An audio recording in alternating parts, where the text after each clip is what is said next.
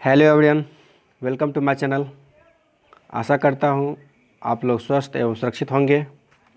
तो भारत का इतिहास चल रहा है, जिसमें प्राचीन इतिहास से पहले एक वीडियो डाल चुके हैं। अब ये दूसरा वीडियो है। इसका टॉपिक जो है सिंधु सभ्यता। चलिए स्टार्ट करते हैं। सिंधु सभ्यता स्टार्ट करते हैं। तो इसका अन्य नाम देखते हैं क्या क्या है। इसको सिंधु सभ्यता भी कहा गया है, हड़प्पा सभ्यता भी कहा गया है। हड़प्पा सभ्यता क्यों कहा गया है? तो इस सभ्यता के जो खोज हुआ था सबसे पहले हड़प्पा नामक स्थान में ही मिला था। यह हड़प्पा नामक पाकिस्तान में पड़ता है, ठीक है ना। सिंधु घाटी सभ्यता, सिंधु सरस्वती सभ्यता, काशी युगीन सभ्यता, प्रथम नगरीय क्रांति इत्यादि नामों से भी यह जाना जाता है। चलिए पहला क्वेश्चन देखते हैं। सिंधु घाटी सभ्यता की खोज किसने की थी? तो यह राय बहादुर दयाराम साहनी ने की थी। तो 1921 ईस्वी में की थी। सिंधु घाटी सभ्यता का सर्वमान्य तिथि क्या है? तो यह है 2400 ईस्वी पूर्व से लेकर 1700 ईस्वी पूर्व तक। सिंधु घाटी सभ्यता किस युग की सभ्यता है? तो किस युग, अगर युग पूछ रहा है तो काशी युगीन या काशी युग की होगी सभ्यता। सिंधु सभ्यता का आकार कैसा आकार था? तो यह त्रिभुजाकार। सिंधु घाटी सभ्यता की सबसे महत्वपूर्ण विशेषता क्या है? सबसे महत्वपूर्ण विशेषता क्या है? तो यहाँ जो है, जो भी मकान बना हुआ है, यह क्या बना हुआ है? ईंटों की बना हुआ मकान है। और यह शहरी जीवन, व्यवस्थित शहरी जीवन है, ठीक है ना। तो देख लीजिएगा, दो प्रकार का इसका विशेषता है। वैसे विशेषता बहुत है यहाँ की। जो मकान बनाए गए पक्की ईंटों से बनाए गए हैं, और जो क्या है कि यहाँ के नाला जो बनाया गया है और रोड जो बनाया गया है वो क्या है? एकदम चौड़ी और बिल्कुल चौड़ी और समकोण पर बनाया गया है, ठीक है ना। चलिए अगला नेक्स्ट क्वेश्चन देखते हैं। सिंधु सभ्यता कैसी सभ्यता? यहाँ पर पूछ रहा है कैसी सभ्यता, तो नगरीय सभ्यता। इससे पहले पूछी थी किस युग की सभ्यता, यहाँ पर 3 नंबर क्वेश्चन में, तो काशी युगीन। और अभी पूछ रही है कैसी सभ्यता, तो नगरीय सभ्यता। क्वेश्चन नंबर 7, सिंधु सभ्यता की लिपि। अब इसमें क्या लिपि पूछ रहा है, तो लिपि क्या होगा? भाव चित्रात्मक या चित्राक्षर। अभी तक जो इस लिपि की क्या ज्ञात नहीं किया गया है कौन सा लिपि है, ठीक है ना। इस लिपि को पढ़ा नहीं गया है। और इस लिपि की विशेषता क्या है कि पहले दाएं से बाएं और लिखा जाता है, दाएं से इधर लिखा जाएगा, ठीक है ना, दाएं से बाएं। फिर अगला लाइन जो लिखा जाएगा बाएं से दाएं और लिखी जाती है। चलिए नेक्स्ट देखते हैं। सिंधु समाज जो था कैसा समाज था? तो मातृसत्तात्मक समाज था, मातृसत्तात्मक समाज था। सिंधु घाटी की फसल के बारे में देखिए। यहाँ पर सबसे पहले गेहूँ और जौ की फसल होती थी, लेकिन यहाँ फसलों का जो यहाँ के लोगों को 9 तरह के फसल का ज्ञान था, ठीक है। लेकिन ज़्यादातर ये गेहूँ और जौ उपजाते थे। क्वेश्चन नंबर 10, सर्वप्रथम क्या था? कपास की खेती कहाँ शुरू हुई थी? तो ये सिंधु घाटी सभ्यता में ही शुरू की गई थी। यहाँ के लोगों ने शुरू किया था। यह विश्व में सर्वप्रथम है, याद रखिएगा। सिंधु सभ्यता में जोते हुए हल कहाँ से मिला था? तो यह कालीबंगन से मिला था। कालीबंगा या कालीबंगन। कालीबंगा का मतलब होता है काली चूड़ियाँ, ठीक है ना, काली चूड़ियाँ होता है, याद रखिएगा। सिंधुवासी जो था मिठास के लिए किसका प्रयोग करता था? तो ये शहद का प्रयोग करता था, ठीक है, शहद का प्रयोग करते थे। क्वेश्चन नंबर 13, भारत में आर्य सर्वप्रथम कहाँ से आकर बसे थे? तो यह सिंधु कहाँ आकर बसे थे? तो यह सिंधु घाटी बसे थे, सिंधु घाटी में बसे थे।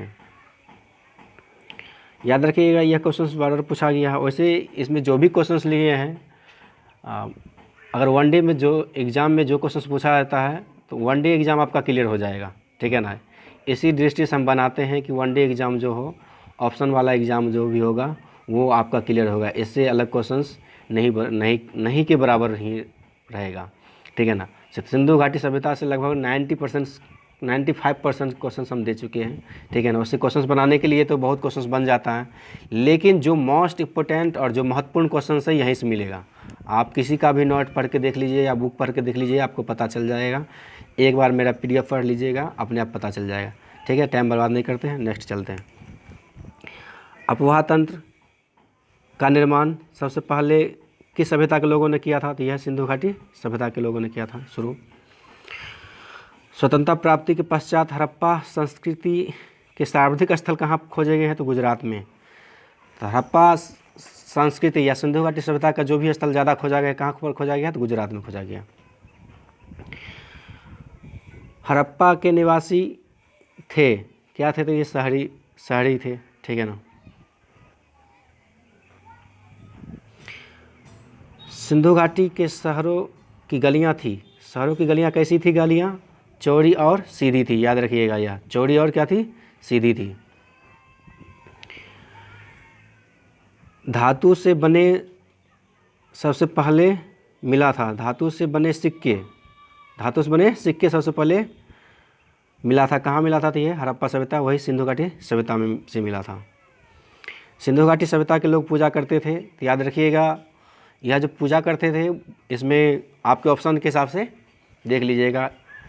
कुंवर वाला साठ भी हो सकता है, पशुपति के लिंग पूजा हो सकता है, शिव पूजा हो सकता है, वृक्ष पूजा हो सकता है, धरती पूजा करते थे वहाँ के लोग, क्योंकि वह उर्वरता की देवी मानते थे उसको। लिंग पूजा हो गया, मूर्ति पूजा भी, और सबसे ज़्यादा प्रचलित जो था मातृ देवी की उपासना प्रचलित था। तो देख लीजिएगा ऑप्शन के हिसाब से आप वहाँ पर। सिंधु घाटी सभ्यता में बिना दुर्ग का एकमात्र नगर कौन था? चहुंद्रो। कौन था? चहुंद्रो। सिंधु घाटी सभ्यता के लोग विश्वास करते थे किसमें? तो मातृशक्ति में विश्वास करते थे। ठीक है ना। आर्य किसके पूजक थे? प्रकृति के। किसके पूजक थे? प्रकृति के पूजक थे आर्य। सिंधु घाटी सभ्यता का गोदीवारा लोथल स्थित जगह जो है कहाँ स्थित है? तो यह है गुजरात में। सिंधु कालीन घोड़ों के अस्थि पंजर कहाँ से प्राप्त हुआ है? तो लोथल से प्राप्त हुआ है। सिंधु घाटी सभ्यता का पतन नगर याद रखिएगा, क्या? पतन नगर किसको कहा गया है? तो लोथल को कहा गया। या किस स्थान से चावल के दाने प्राप्त हुए हैं? चावल के दाने तो लोथल, सबसे पहले लोथल, उसके बाद रंगपुर। लोथल और रंगपुर दोनों होगा, कोई बुक में लोथल ही मिलता है। ठीक है ना, देख लीजिएगा। सिंधु सभ्यता के लोगों ने नगरों तथा घरों के विन्यास के लिए पद्धति अपनाती थी। कौन सा पद्धति थी? वह ग्रीक पद्धति।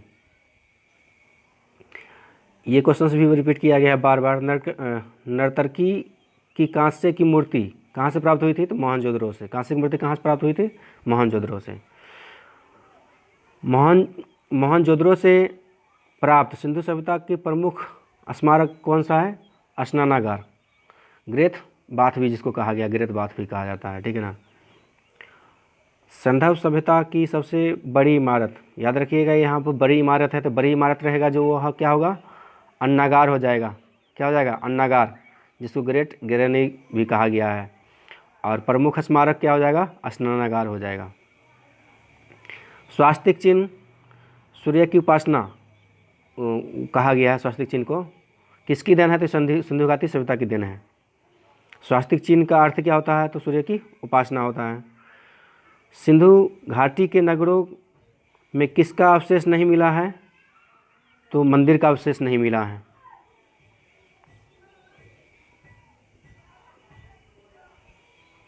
सिंधु घाटी के लोग किस चीज़ से परिचित नहीं थे? तो तलवार लोहे से परिचित नहीं थे, वहाँ पर मंदिर भी नहीं मिला है। सिंधु घाटी का विनाश का संभवतः प्रभावी कारण क्या है? तो बाढ़ है। याद रखिएगा, संभवतः है यहाँ पर। इसका कारण अभी तक जो वैज्ञानिक है सबका अपना अपना अलग अलग मत रहा है, तो उसमें सबसे प्रभावी कारण माना जाए तो संभवतः माना जाए तो बाढ़ है। ठीक है ना, सब अलग अलग करते हैं। ठीक है ना, देख लीजिएगा।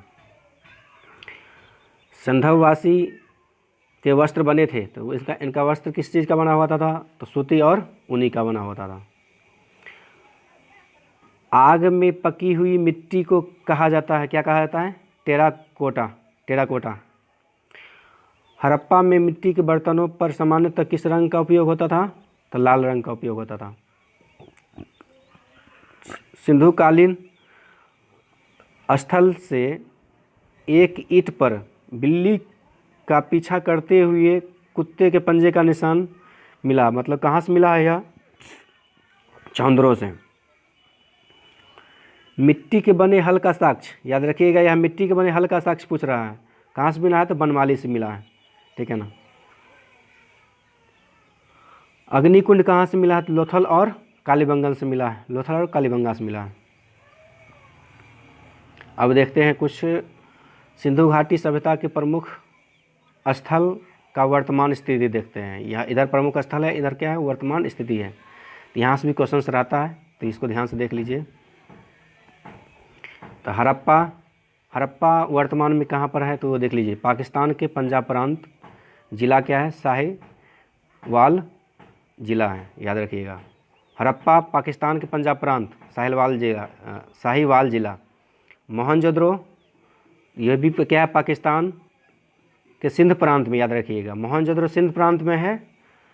और कौन सा ज़िला है यह? लड़काना ज़िला, याद रखिएगा। हड़प्पा क्या था? पाकिस्तान का पंजाब प्रांत। कालीबंगा कहीं कहीं पर लिखा होगा या कालीबंगन, दोनों एक ही होगा। तो राजस्थान का हनुमानगढ़ ज़िला। राजस्थान का क्या है? यह हनुमानगढ़ ज़िला भारत में पड़ता है। रंगपुर गुजरात की काठियावाड़ ज़िला। रोपर पंजाब के रोपर ज़िला में पड़ता है। लोथल गुजरात के अहमदाबाद ज़िला में लोथल। धोलावीरा गुजरात के कच्छ ज़िला में।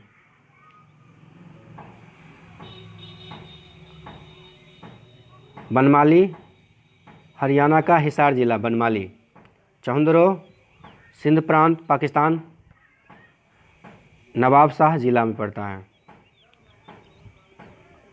आलमगीरपुर स्थल जो है कहाँ? उत्तर प्रदेश के मेरठ ज़िला में पड़ता है।